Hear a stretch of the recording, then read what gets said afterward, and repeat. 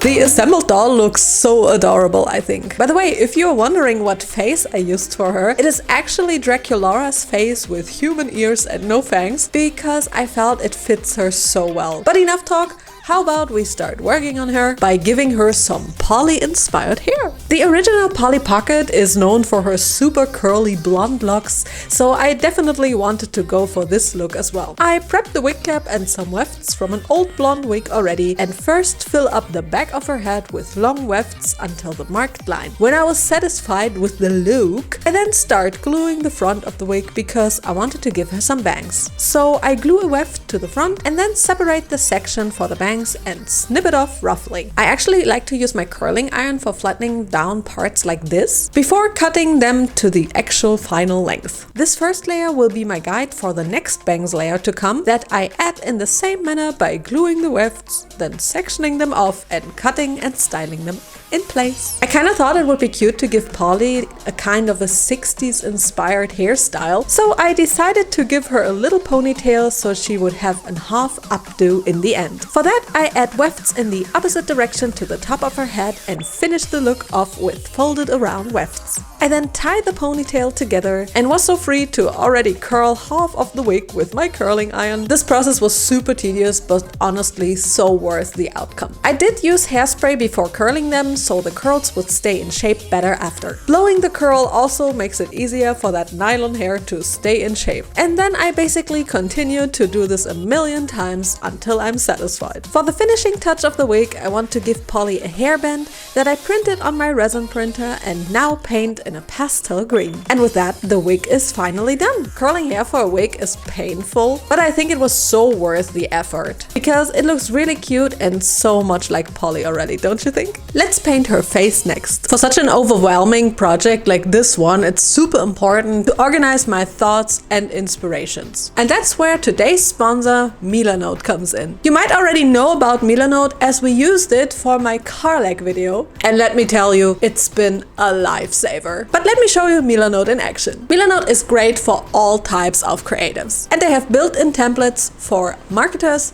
designers, writers, and that's how I started this board because I loved this template and it's perfect for this project. I created the board and together with my producer Gray, sourced image references, wrote notes about details that are super crazy, put together a huge reference of videos of unboxings, Polly Pocket tours, and collections. We also have a checklist to show our progress in the build, and the board is the perfect reference when making patterns, painting, and making the wig to make sure that I cram in as many details as possible. Being able to collect all my reference images and videos is super important for this process, and I'm so glad that I can look at all the information in one place. The collaboration process has always existed, but it has never been done like this, visually and organically. Setting up a board is made really easy with this huge majority of templates that Milanote offers. It really has something suitable for any type of project. So if you are thinking of making your own project, you need Milanote. Make your life so much easier by putting all your references and discussion into one place. Sign up now to Milanote through the link in my description for a completely free account with no time limit. Thank you again, Milanote, for sponsoring this video. And now let's get back into Polly Pocket. Mochi, why are you mewing? As always, we have to start by dusting her face shimmery with a sparkly micro glitter before giving her some cute blushing. For her makeup look, I definitely wanted it to be 60s inspired as well, so I am first sketching out a cute eyeliner with a pencil before going in with some purple pencil to sketch out a cut crease look. I was really hoping I could make this work on such a small scale, but hey, you never know unless you try, right? Blending the purple pastel chalks worked really good, so I decided to also sketch out her eyebrows and blend them in with some pastel chalks. After sealing everything off with MSC, I could then finally take my black acrylic paint and give her a clean eyeliner look. I also used some brown gouache paint to paint the corners of her mouth and afterwards used the same brown paint to paint those lower lashes. You really want to take your time with painting these, and don't be scared if you have to redo them. That's why I use gouache paint, because I can just wipe it off, worst case. In the end, I blend them in with some pastel chalk dust before adding some final sparkles to her cheeks alongside a little nose highlight. I seal her off a final time and can then finally add some gloss to her lips and waterline. Now she only needs some luscious lashes. Because I'm impatient, I use my UV glue for the lash gluing, but you can totally use PVA glue as well.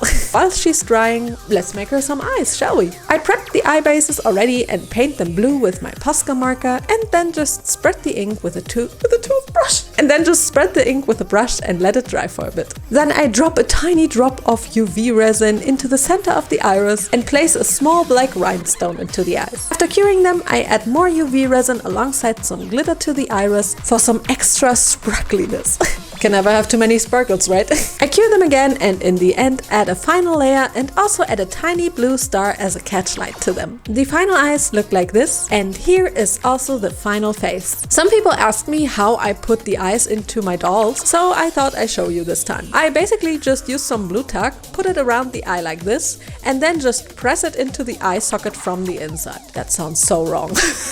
I then do the same to the other eye, and as you can see, the eye color changed from blue to green. Because after inserting the blue eyes, I realized that green eyes look much better with purple eyeshadow. But hey, I can use those blue eyes for another doll, so no materials wasted here. For some reason, Polly Pocket always gave me really mod fashion vibes, so I kind of wanted to make my redesign inspired by that to also match with Polly's hair and makeup. So I came up with this sketch. I'm basically making Polly a satin blouse with puffy cuffed sleeves, a purple wobbly checkered mini dress with spaghetti straps, and give her some pastel green stockings. To top it all off, she will get some white Mary Janes and some cute daisy accessories. You really don't want to go overboard with this type of fashion, so I'm keeping it a bit more simple, but I'm super stoked to make this outfit. Let's start with the blouse. I first cut out the sleeves and will take these small rectangles, fold them in half, and attach them to the sleeves as cuffs. I also added a gathering thread to the top and will now take the bodice of the blouse and attach the sleeves good sides in. I also closed up the tiny darts in the front and prepped this little simple collar and also sew it to the blouse nice sides in. Now I just need to close the sleeves and side seams, pin them together neatly, seams onto seams, and with a closure added to the blouse, it is already done. I never really made a blouse from satin fabric before, but it looks so pretty and elaborate, so I'm definitely a fan. Let's make the dress next. I found this really pretty jersey fabric online and start sewing the dress by first attaching the back pieces to the front piece. I then clean up the bottom and top seam allowances by simply gluing them around and then close the back seam until the marking on the back. I already attached some small straps to the front of the dress and a little closure to the back of it, and now simply glue the ends of the straps in place. To finish off the dress, I will take these small daisy cabochons and add them to the straps with some uwu glue. The finished dress is actually so cute and I would love to own something like this for myself. To make Polly's shoes, I printed these platform high heels on my resin printer and first give them a titanium white paint job, as even white printed resin always has like a slight yellowish tint to it. Afterwards they look pretty much the same on camera, but not in reality. And I then take a fabric strip loop and glue it to the inside heel area of the shoe. I prepped this ankle strap with a tiny golden buckle and then just simply thread it through the loop, and with that the shoes are already done as well. I really like these types of shoes and I think they will go so well with the outfit. Initially I planned to make some boots for her, but it didn't really look as good as I thought it would, so Mary Jane's it is. I also wanted to make a fitting daisy belt for the dress, so I took this golden chain and will attach these 3 daisy flowers to the chain with some uhu glue, while my cat decided to join me while crafting. Hi Mochi! I let the glue dry and then, to reinforce the bond, also add a bit of UV resin to the back of the daisies and cure it in my UV lamp for a couple of minutes. With a little closure added to the chain, the belt is done, and I think it looks really cute and fits the whole vibe of the outfit so well. And we are actually almost done with the outfit already. I just wanted to give her some green stockings still that I cut from an actual human tights that I also used last year back when I made my Mitsuri doll. I simply just glue around the top seam allowances and then sew the back seam good sides in, turn them inside out, and the stockings are already finished. And with this final piece, the doll is actually already done. You will, however, need to wait until the end of the video for the grand reveal, but I promise you, it'll be worth it. And if you don't think so, I'm sorry. But now we are getting to the main event of this whole project. Compact locket house. I will actually not take inspiration directly from the Polly Pocket lockets for this house, but from the Lucy Locket Carry and Play Dream House from 1992. Lucy Locket was actually the big, more unknown sister of Polly Pocket, and the house is much bigger already than a regular sized Polly Pocket house. I just absolutely love this Lucy Locket house, so we will be recreating this house for my Polly Pocket redesign. I happen to luckily own this house, and as you can see, it's really big and it's really gorgeous. These houses are actually not that easily in engineering because both halves really have to fit together when closing the whole thing. So I decided this needs to be definitely 3D sculpted. Luckily, a friend of mine, Rainstorm Creations, was down to sculpt this house for me in 3D because they study architecture and have experience precise modeling and sculpting of architectural pieces. And just let me tell you, they did such an amazing job with this project. They basically remodeled the whole locket so that I could then take the 3D files and send them over to Frosty, who was actually up to print this project for me, regardless of this gigantic size. But it turns out that this house is gonna be much bigger and much heavier and larger than we thought. So he told me that he's gonna send me the whole house in batches, means in multiple packages. And the first package containing the furniture just came in. So how about we unbox it?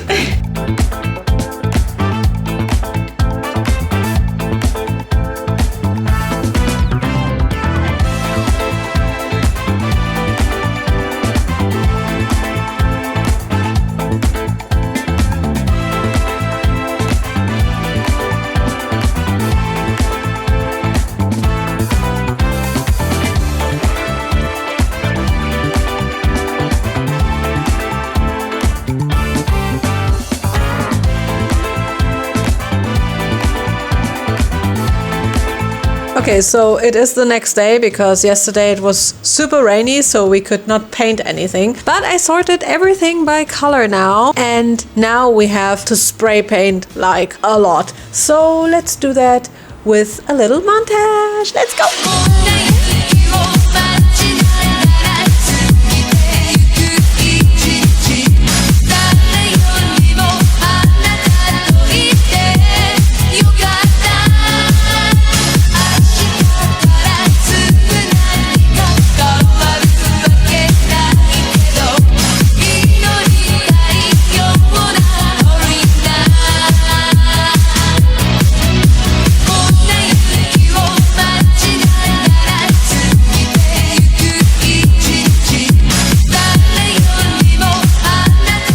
we make the living room first. In order to draw some flowers onto the couch, I actually made some templates for them, and Leon was so kind to place them onto the couch and mask everything off so that only the parts for the flowers are still visible. I then just take my purple spray paint and cover the flowers in purple until it looks like this, and you can't even tell that it was masked off in the first place. Leon then just carefully removes the templates once everything has dried, and the finished couch looks so good. For some reason it gives me Patrick Star vibes, but I'm living for it even more because of that.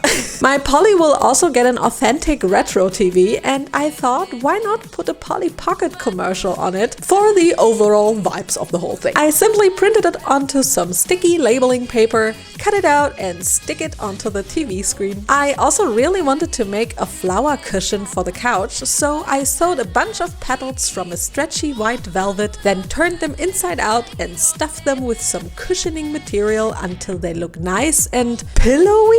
Afterwards, I simply stitch all the 5 petals together with a gathering stitch, and then take this yellow circle that I cut from jersey fabric, pull a gathering thread along the seam line of it, pull it tight, and then add some cushioning as well before closing it up. And then I simply add the middle piece to the flower with a few stitches and secure it with glue if necessary. My cat was apparently very interested what I was doing here.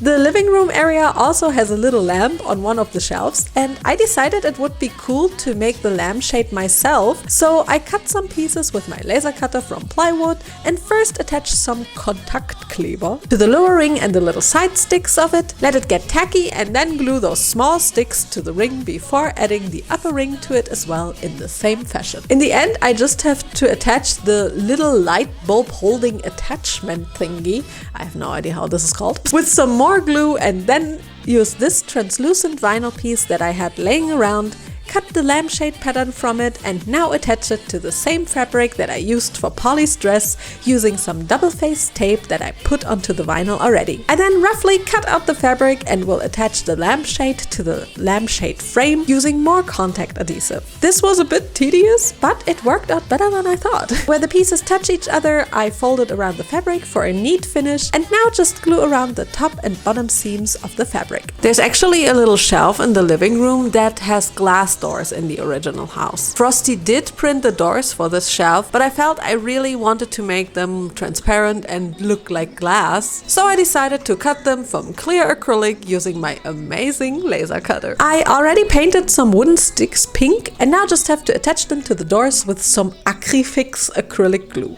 This one takes a while to dry, but once it's cured, it will bond the materials together forever.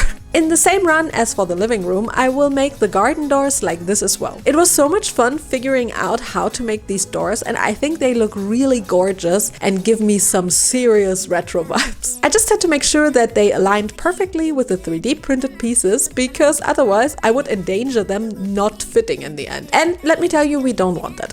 The garden doors turned out really nice, and I think the shelf doors also dried in the meantime, so the whole living room was now actually done. I'm really living for this couch together with the pillow, and the lamp will actually be lighting up because I found this little balloon light that fits into the lamp like it was made for it. So the lamp will actually be functioning. Yay! Let's build the kitchen stuff next. For the washing machine, I already painted the door in teal and had the idea of putting an iridescent glass behind it that I cut with my laser cutter already, and now simply have to glue it to the door from the back. Working with reflective things while filming makes me turn into a 3-year-old, by the way.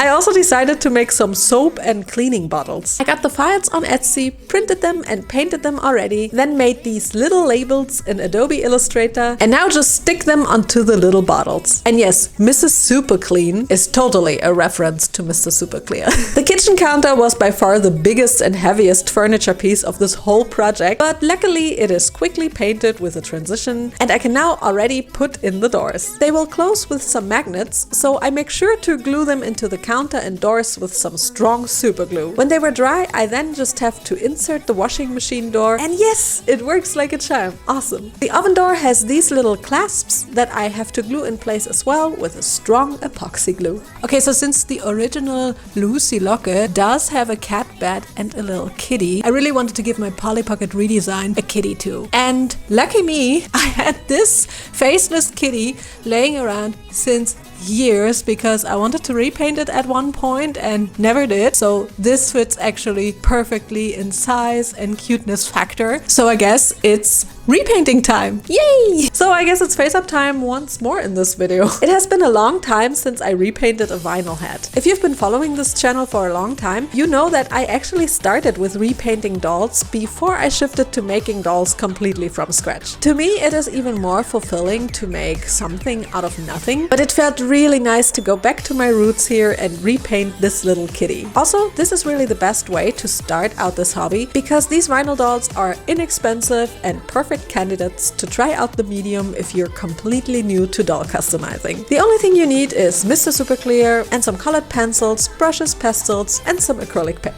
One of my favorite things has always been painting the catch lights into the eyes because it gives so much life to them, I think. In the end, I only add some pink paint to the hair of the kitty and also glue a rhinestone chain to the neck as a choker. And with the kitty and the kitchen chairs and table plate, the whole kitchen is actually prepared to be inserted into the house later on. I really love all the colors so much and I can't wait to show you in the end some more little accessories that I'm going to add. You just have to wait and see. For the bathroom, I actually first built that little one corner shelf for one of the round corners. It has two pieces and I have to stack them together while also inserting the little white door at the same time. This wasn't super easy, but it worked like a charm nevertheless. For the sink, I actually 3D printed and painted the little faucet and handles on my resin printer and will now glue them to the sink, trying to glue them as much into the center as possible. And yes, I measured this actually. We also need some mirrors for the vanity and bathroom, and you can already look forward to me having way too much fun with reflective materials once again. I tried to mirror the mirror shapes as accurate as possible to make sure they would fit well into the 3D printed parts and then cut them carefully with my laser cutter. Using some double-faced tape, I attach a few pieces of it to the back of the mirrors and then insert the first mirror into the vanity and peel off the protective vinyl to reveal the actual mirroriness. And in the end, do the same to the bathroom mirror. I'm really happy that this mirror acrylic actually looks this good. In the very end, I also decided to add some daisies to the vanity because why not, right? I also wanted to make a little towel for the bathroom, so I used this fluffy sock, cut off the upper part and cut it open on the long side. Then snip off the elastic on top and simply glue around all the seams with some Uhu glue. I can then just fold it like this and actually have a cute little towel. The bathroom at this point was already done and I'm really happy how everything looks so far. Most of the furniture luckily just needed to be painted, but the more I am finishing, the more and more excited I get for the house actually coming together. For Polly's bedroom, I actually wanted to make some bed sheets myself, so I cut some daisies from white vinyl and ironed them onto the already cut out pattern pieces that I cut from teal colored cotton fabric. After removing all the protective vinyl after ironing, I then just place the yellow circles inside of the flowers and also iron them on for 20 seconds. Here I already sewed the little pillow and just have to stuff some pillow filling into it and then close up the seam with a few hand stitches. For the bedding, I will use this cotton wool interfacing. Place the front on top and then the back side on top of that and sew it together along all four seams, leaving a small gap to turn it around. To make the mattress, I simply sewed a strip of fabric along a big rectangle and now top stitched the seam allowances flat so it will hold the shape a little better. And then I take this foamy material that I still had laying around from some packaging stuff and will use it as filling for the mattress. To keep everything in place, I just glue the fabric to the backside of the foam and have a cute little mattress. I made a round pillow for the little desk stool in the same way as the mattress and cut some circles from the same foam material to upholster the pillow as well. Then cut notches into the seam allowance on the bottom and glue it around as well. I also decided to top it off with a thin cardboard for a cleaner look. And in the end, I simply have to glue the stool together with some Uhu glue and then attach the little round pillow to it as well with some glue. I never made a pillow like this before and I'm actually really proud how this turned out. The whole bedroom is actually really gorgeous and I'm actually super happy how well this project is going so far. Little did I know that I was actually foreshadowing here because soon there would be major problems arising. But let's let's paint the stairs first next, shall we? So I never thought I would be holding a whole staircase in my hands, but here we go. Since this will be two colored, I need to mask off the rails first, paint the staircase, and then mask off the staircase and paint the rails. I will follow you. This will take a while, so how about we do that?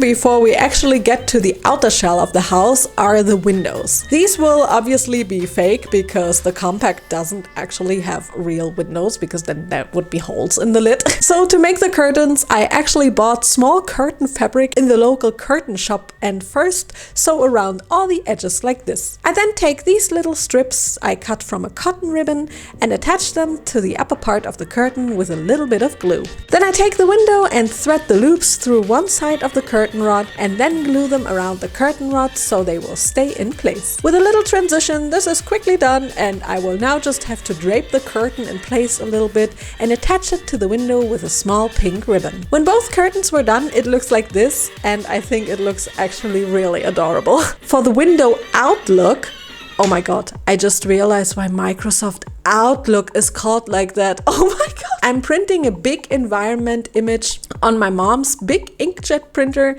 and then take some templates I made that have the sizes of the windows and cut them out with scissors. Now I just use some glue and glue those window backgrounds to the back of the windows, and honestly it looks so much better than I initially thought. It actually looks like you're looking outside of a window. It's so cool. I really love how these 4 windows turned out, and I'm really looking forward to make the shell now because I actually got a package in the mail. I just received another package in the post and it's big. So I think there's parts for the outer shell in this. So how about we unbox this real quick and see what we're dealing with.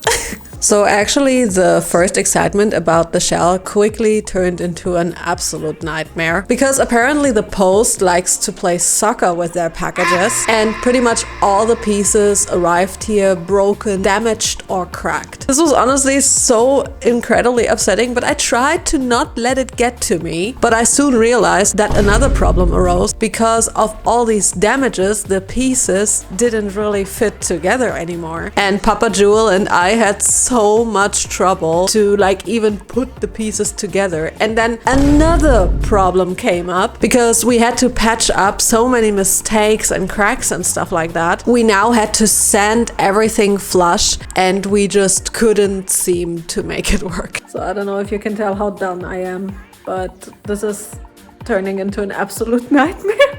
And let me tell you, if my dad is about to give up, you know it's bad. So we sat down and really tried to come up with a solution here because quite frankly, the video release is at stake once again here and it's just a couple days away. But there it was, my knight in shining armor, the car mechanic shop from Next Village. They actually offered me to bring the shell to them and they told me, hey, we're gonna putty it up, we're gonna sand it, we're gonna prime it, and we're gonna paint it for you. And we're gonna make this all work for you in 2 days, which is absolutely incredible. So thank you so much, Mr. Pfau. You are an absolute chat, because without him, this project would have definitely been a complete and utter failure. And you know what? We are actually about to pick up the pieces from the car shop right now. So let's do that real quick.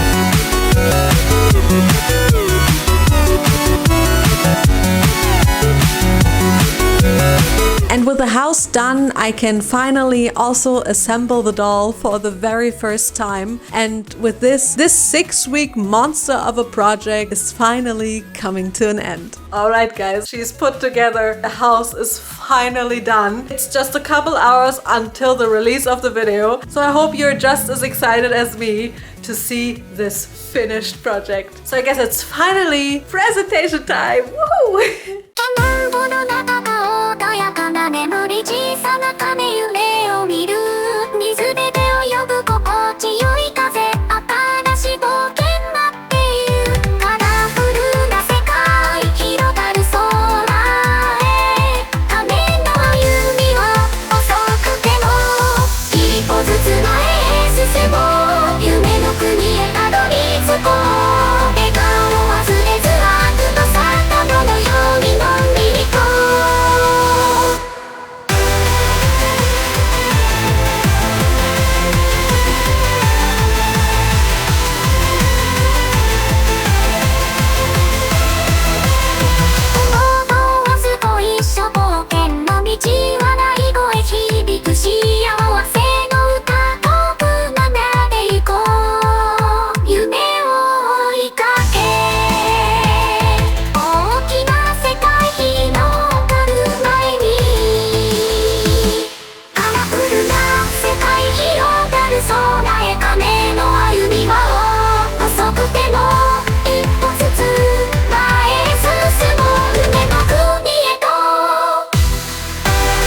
And here is my gigantic Polly Pocket redesign. This project definitely turned out much bigger than I had anticipated. And if you're wondering where I'm gonna put this, I have no idea. Nonetheless, I really hope you enjoyed this video and I really would love to build more doll houses in the future. If you would like me to do that as well, please comment down below. Thanks again to all of my patrons. Without your support, I could not do projects like this. And I'm so thankful for that. Alright, I guess that's it for this doozy of a video. And I hope to see you guys very soon with a new project. Bye!